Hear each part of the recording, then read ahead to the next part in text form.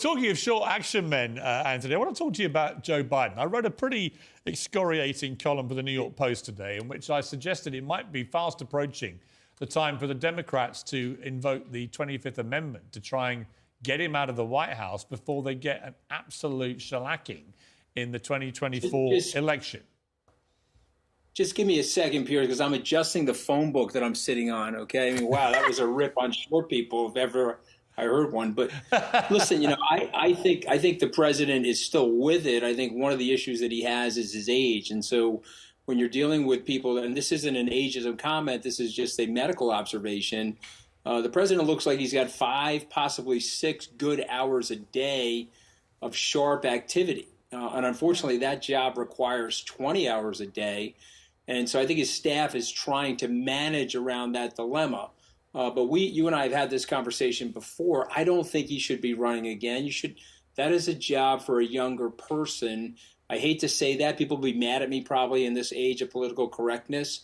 But it's just not the right time. Well, I think it entirely depends. I mean, I like a good friend of mine is Dame Joan Collins. You wouldn't meet a more lively, dynamic, energetic woman. Sure. She won't even want me to say how old she is. She's in her late 80s. But by comparison to Joe Biden, we've done a little clip mashup of Biden's sort of more cringe-making moments recently. But take a look at this.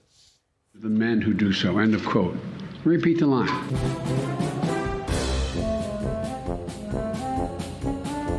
Of course, President Harris.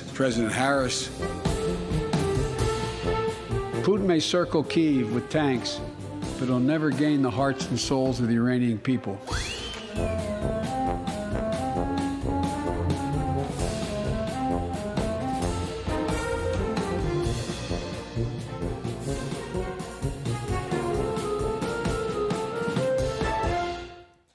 I mean, look, I don't like to laugh at people who are clearly in their dotage, but he is the president of the United States. He is the most powerful man in the world, the leader of the free world.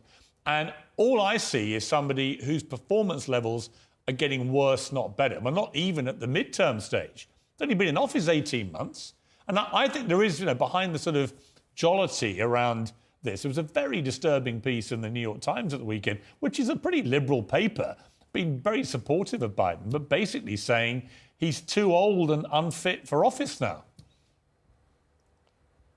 Well, listen, I agree with that. And so, I will qualify that maybe Joan Collins is more with it and sharper, so it shouldn't be an age qualification, but certainly where the president is right now in terms of his stamina and his cognition, they have to be honest with him. He has to be honest with the American people. But it's very tough, as you know, Piers.